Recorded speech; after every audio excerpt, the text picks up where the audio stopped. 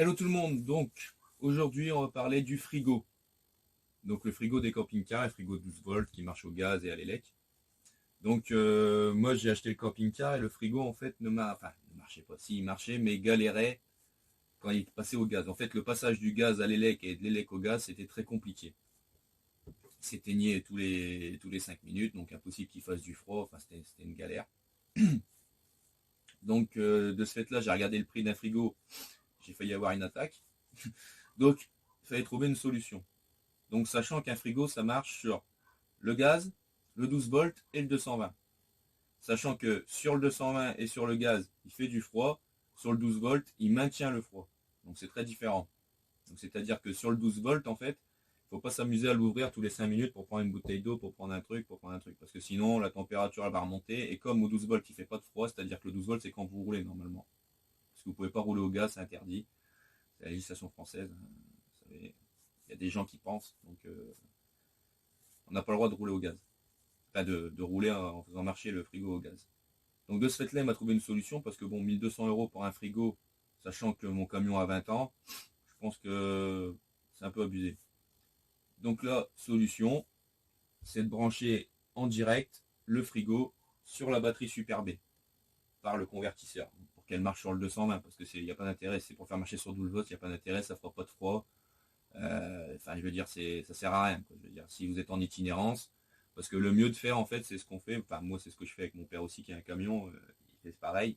C'est qu'avant de partir, comme on est branché sur le secteur de la maison, on démarre le frigo 2 jours avant, on le met au max, on charge le frigo de tout ce qu'on doit prendre pour partir, et on l'ouvre plus pendant 2 jours. Ce qui fait que comme il est sur le réseau 220, il va fabriquer du froid. Donc il va vous mettre la température qui est entre 3 et 4 degrés. Mais il va pas, comment dire, il va pas galérer pour l'amener à cette température-là, comme il va fabriquer le froid, ça va aller tellement, ça va aller plus vite. Et de ce fait-là, quand vous partez, que vous allez le débrancher, si vous l'ouvrez pas tous les 5 minutes, en fait, bah, le froid il va rester dans le frigo. Donc ça permet d'avoir un frigo à bonne température, donc pour conserver des aliments, la viande et tout, enfin, je veux dire, les aliments qui sont un peu sensibles. Donc moi de ce fait-là, j'avais un problème. Donc du coup, au niveau du gaz, on m'a dit ouais, faut changer la tête d'allumage au gaz et tout. D'accord, j'ai essayé, bon, ça marchait pas. Les gars m'ont dit bah ouais, mais votre camping-car il a 20 ans. Je dis bah peut-être qu'il a 20 ans. Je dis mais en attendant, je dis un frigo, c'est un frigo. Hein. Enfin je veux dire, à un moment, ça fabrique du froid, ça fabrique pas de froid. Alors tout le monde me dit ouais, mais un frigo comme chez toi, ça fait pas 20 ans. Nanana, nanana. Je dis peut-être. Je dis mais en attendant, c'est pas de l'électronique. Enfin je veux dire, c'est du gaz. Le gaz, il n'y a pas de fuite. Je dis l'allumage, ok, j'ai changé l'allumage, ça marche pas, donc ça m'a recouté une blinde pour rien. Et je dis donc de ce fait-là, il faut trouver une solution. Donc la solution la plus envisageable et la moins coûteuse, c'est de relier le frigo directement à la batterie Super B. Comme ça, j'ai plus que le 220 quand je suis sur secteur et le 220 quand je roule sur ma batterie. Donc ce qui fait qu'en gros, il fabrique toujours du froid. Donc ça, c'est nettement mieux aussi pour il n'y a pas de 12 volts, ce qui fait qu'en gros, il baisse jamais en température. À part cet été, franchement, j'ai galéré parce que entre 35 et 40 dehors, pour tenir un truc dans le frigo, quand vous l'ouvrez pour prendre des trucs et qui fait 38 degrés dans le camion, ça monte très vite. Donc là aussi, petite solution, moi je pense qu'il y en a pas mal qui la connaissent, hein, c'est assez connu chez les camping-caristes. C'est que le mieux, c'est de mettre des bouteilles dans le congèle, des bouteilles d'eau, vous prenez des bouteilles d'eau, vous les congelez, et comme ça, quand elles sont congelées, hop, vous les passez, vous les mettez dans la porte du frigo. Comme ça, elles sont congelées, ça amène du froid. Et comme ça, le frigo, il galère moins à rester en température. Ça lui amène du froid, on va dire, gratuitement, entre guillemets. Mais ça l'empêche de forcer pour tourner, en fait. Donc ça, c'est une petite astuce qui est pas mal. Ça marche très bien. J'ai fait ça cet été, parce que du coup, sinon, c'était un peu la galère. Même en étant branché sur le 220, franchement, 38 dans le camion, si vous ouvrez, en plus avec les enfants qui veulent des glaces tous les 5 minutes, enfin, je veux dire, hein, c'est un peu compliqué à tenir en température. Donc là, je vais vous montrer un peu mon branchement que j'ai fait pour relier mon frigo, en fait pour chanter le gaz. Parce qu'il faut chanter le gaz, parce que lui, il est prévu pour démarrer automatiquement quand vous arrêtez le moteur. Normalement, il se met directement sur le gaz. Et vice-versa. Donc il faut chanter. Donc là, tout l'électronique, moi, sur mon camping-car, après, je sais pas si. Je pense pas que sur tous les camping-cars, ce soit au même endroit. mais moi tout était sous le siège chauffeur. Donc sous le siège chauffeur, en dessous du caisson, là vous ouvrez de l'arc 3-4 bis. Et là vous avez tout la panel avec les. Moi j'avais les fusibles, j'avais un peu tout le délire qui gérait le camion. Donc et ensuite j'ai mis un disjoncteur 3 positions. Donc derrière la grille du frigo, je vous montrerai, je vais vous le montrer. Donc un disjoncteur pour que quand je suis sur le 220, on va dire secteur, je l'enclenche sur le 220 secteur. Et quand je veux qu'il soit sur la batterie, hop, je le descends tout en bas, c'est sur la batterie. Et au milieu, il marche pas du tout. C'est-à-dire que c'est un off. Donc je vais vous montrer tout ça. Après, j'ai pas dû trop câbler parce que j'ai récupéré en fait les câbles qui sont déjà d'origine, hein, qui étaient reliés déjà pour le 12 volts et pour le 220. Donc après, il faut venir se coupler dessus. Et là, c'est assez. En fait, le plus compliqué, c'est de trouver quel câble sert à quoi. Ça, c'est le pire. Mais une fois que vous avez identifié tous les câbles, à quoi sert, après c'est un jeu d'enfant, vous reliez le disjoncteur et ça prend 10 minutes.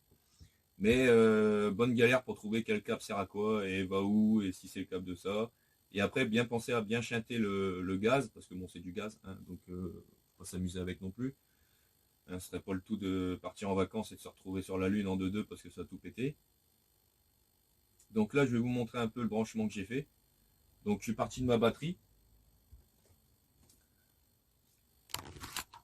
Donc on est parti. Donc là, vous voyez sur mon transfo, là, alors ça, cette prise-là, c'est la prise de mes prises de, comment dire, de micro-ondes et les prises dans la cuisine pour le 220. Et la noire, c'est le frigo. Il n'y a que frigo dessus sur la noire, donc je l'ai mis en direct. Donc relié à la batterie par le transfo. Et ça part directement là-bas derrière. Donc je vais vous montrer un peu là-bas derrière comment ça se passe. Donc là ici on est derrière le frigo. Donc là la grille du bas, la grille du haut, hein, d'accord. Donc ici, hop, on démonte. Hop, là. On va poser ça là. Donc voilà, ça c'est l'arrière de votre frigo. Donc là vous avez l'allumage pour le gaz, d'accord, on est d'accord. Donc moi ici vous voyez, j'ai mis un disjoncteur. Donc frigo 220, j'ai mis des petites étiquettes hein, au cas où je perds un peu la mémoire. Donc là j'ai le câble de la prise extérieure 220 volts, c'est-à-dire celle qui... J'ai une petite guêpe là, hop, on va jouer. Voilà, donc la prise 220 volts, c'est-à-dire que quand vous êtes branché au secteur, donc c'est le câble là, donc qui arrive moi près de mon marchepied de l'autre côté. Et ici, l'étiquette, c'est le câble du convertisseur 220 volts. Et ici, vous avez les 3 positions. Donc là, il est à l'arrêt, vu qu'il n'y a rien dedans. Donc là, je l'ai mis à l'arrêt. En haut, c'est quand vous êtes sur le secteur. Et en bas, c'est quand vous êtes sur le convertisseur. Donc là, vous voyez, il n'y a que 2 câbles. Un d'extraordinaire. Et le câble d'alimentation qui ressort derrière. J'essaie de vous montrer. Voilà, le petit câble blanc, là. Ça, c'est l'alimentation qui va directement au frigo. Donc le tout, c'est de trouver ce câble-là. Donc moi je l'ai trouvé parce qu'en fait il part de là-bas, en dessous de ma prise extérieure, en fait à l'intérieur du camion, dans un placard, en vous j'ai un disjoncteur et c'est l'arrivée du 220 volts extérieur. Et ça c'est ma prise qui est reliée tout à l'heure, je vous ai montré à mon transfo, la prise noire. Donc voilà, il n'y a rien d'extraordinaire. Le plus compliqué c'est de chanter le gaz, pour pas qu'il passe, parce que lui il est prévu automatiquement pour passer au gaz. Donc ça c'est le plus compliqué. Et là ici vous avez la prise du 12 volts du frigo. Et là c'est l'alimentation en gaz. Donc c'est celle-là que là-bas, mais en fait il ne faut pas couper les tuyaux, il faut juste couper là-bas. Moi c'était en dessous de mon siège. Et en fait il y a un fil à déconnecter et qui permet de chanter le fait qu'il s'allume au gaz. Donc de ce fait là, il n'y a plus de gaz du tout dans le frigo.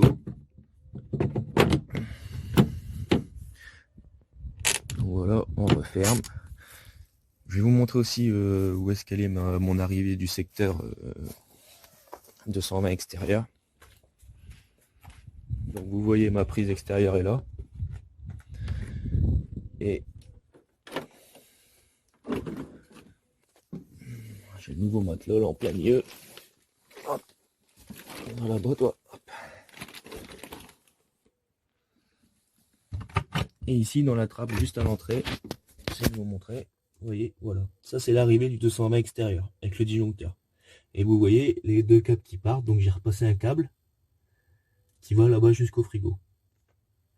Mais c'est le même, hein, parce qu'il est d'origine. Quand vous le branchez sur le secteur, votre frigo marche sur le secteur.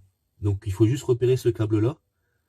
Donc avec des testeurs, vous mettez un testeur ici et un testeur là-bas, et vous voyez quel câble sonne quand le courant passe.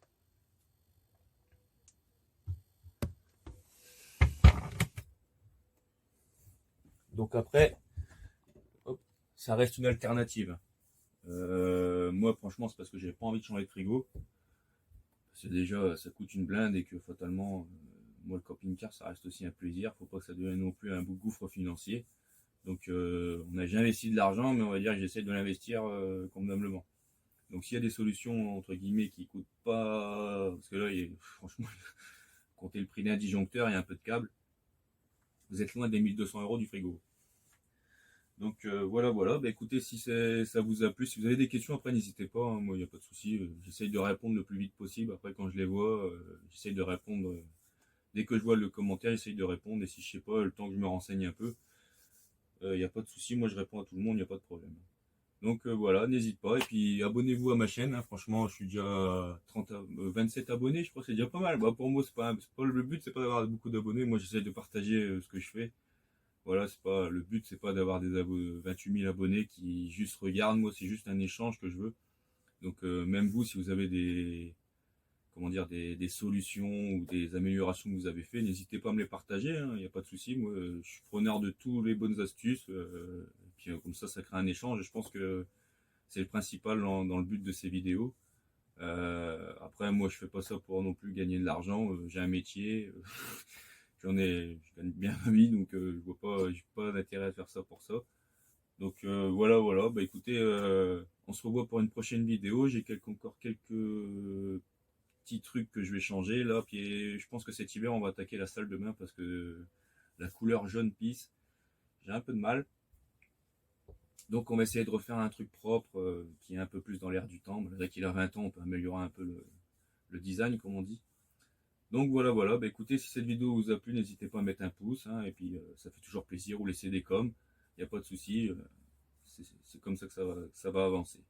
Donc voilà. Bah, écoutez, à la prochaine, hein, et puis bah, surtout n'hésitez pas à m'envoyer vos astuces.